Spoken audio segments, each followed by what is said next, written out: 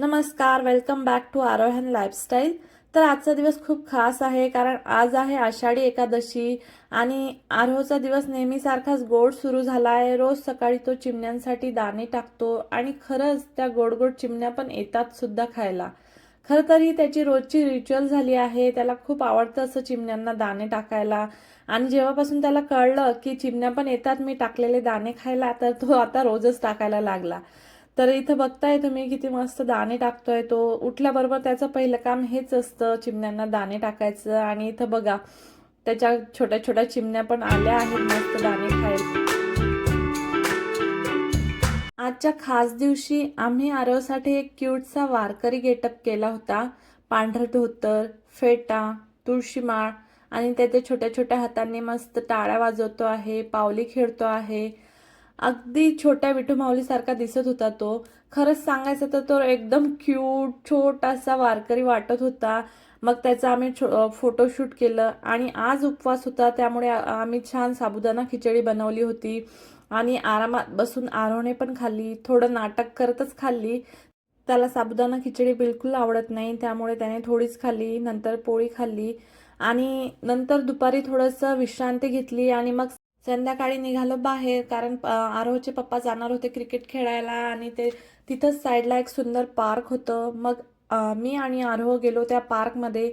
तो छान स्लाईडवरून घसरला, खेळामध्ये एकदम बिझी झाला होता। मग झोका खेळत होता, स्लाईड खेळत होता आणि त्याला नवीन फ्रेंड्स पण मिळाले होते तिथं, त्यांच्याबरोबर तो बिझी झाला होता।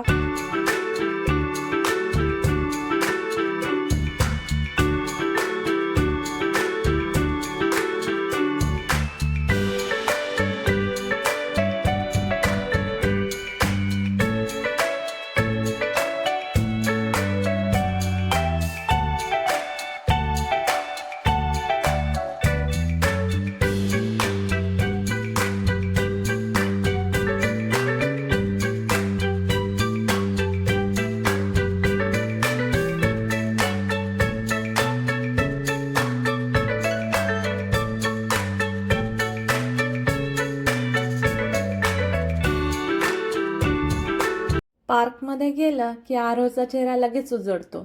झोपाळा, स्लाईड, चढणं, उडणं, पळणं हे सगळं त्याचं जग आहे। कधी कधी वाटतं आपल्यालाही परत लहान वयात जावं आणि अशीच सिंपल गोष्टींची मज्जा घ्यावी। खरं तर हाच पॅरेंटिंगचा खरा आनंद असतो, त्यांच्या खेळातल्या छोट्या छोट्या मोमेंट एन्जॉय करणं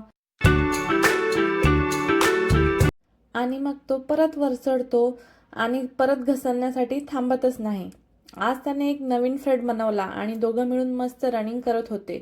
थोड्या वेळाने तर प्लेग्राऊंडवर आरोह लिटरली मंकी मोडमध्ये गेला होता। एकीकडे चढायचं, तिकडे उडी मारायची, इकडे पडत निघायचं। एकदम मंकी चाळे चालू होते आणि मस्त एन्जॉय करणं चालू होतं त्याचं बालपण।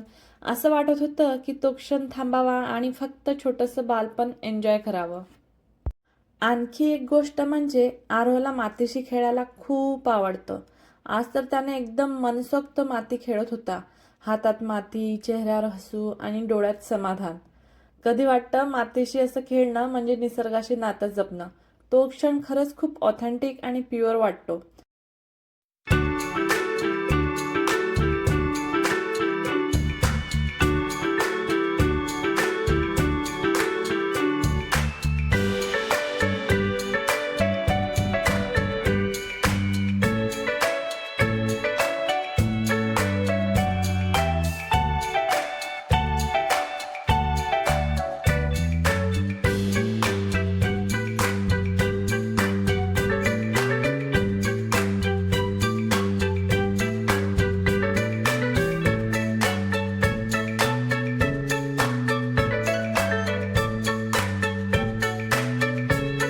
तर इथं बघा आरोहचं काय म्हणणं आहे, नक्की ऐका आणि आरोहचं जे म्हणणं आहे ते नक्की करा। तर चला बघूया आरोह काय म्हणतो आहे। तर Like and subscribe. Like and subscribe, Like and like and subscribe to my video. my video. आज पार्कमध्ये एक छोटासा लाईव्ह म्युझिक बँड होता। बासरी आणि वेगवेगळे वाद्य वाजवणारे काही लोक बाजूला बसले होते। त्यांची बासरीची सुमधुर टून हवेत घुमत होती, शांत, नाजूक आणि मनाला सुखावणारी। आरोह त्या संगीतामध्ये हरवला होता। माती खेळतानाही तो थोड्या थोड्या वेळाने वळून म्युझिक बघत होता. हे सगळं मिळून आजचा दिवस खूपच खास झाला. आणि नंतर आरव परत खेळाकडे वळला. तर इथं मस्त क्लाइंब करत होता. इथं क्लाइंब बार होते, त्याच्यावर क्लाइंब करायला त्याला खूप आवडतं. इथं थोडा वेळ खेळला.